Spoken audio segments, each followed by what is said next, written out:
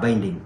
As a party, we believe that had the judges exercised their mind on the progressive provisions contained in the BBI, as well as the political and economic reality of our country vis-a-vis these procedural technicalities, perhaps, and we're saying perhaps, in totality, they could have arrived at a different finding and they would have ruled differently.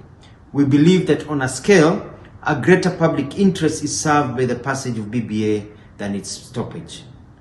I'd like to highlight a few things. One,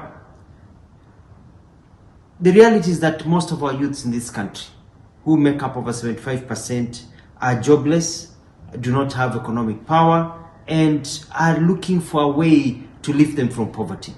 BBI has that section on tax relief, has a section on growing manufacturing and industrialization to help our young people. This is very, very important. So this judgment to some of the young people felt like the cutting of an umbilical cord that was going to give them a lifeline into the future, because the present, with this system that people view as skewed by saying no to these amendments, or what happens?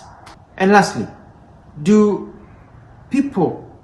a person lose their rights as a citizen when they become elected? Does it mean that popular initiatives can only be coming in from civil society or people in the villages, but if you're an elected member of parliament or a governor or a president, then you're no longer a citizen? You cannot come up with an idea and lead from the front with a popular initiative? Does it mean it has only to come from the civil society or others?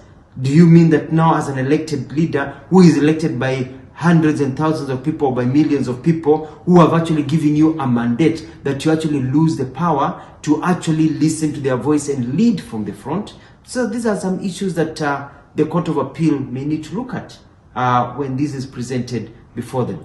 All in all, we are saying that let us respect the judiciary, let us not personalize judicial findings, but let us respectfully also say that we disagree with the findings. And that is why the Court of Appeal is critical. But as Maendeleo Chap, we are saying that there are many people who we can be pro-poor, pro-people, pro-economy, pro-peace, and pro-stability.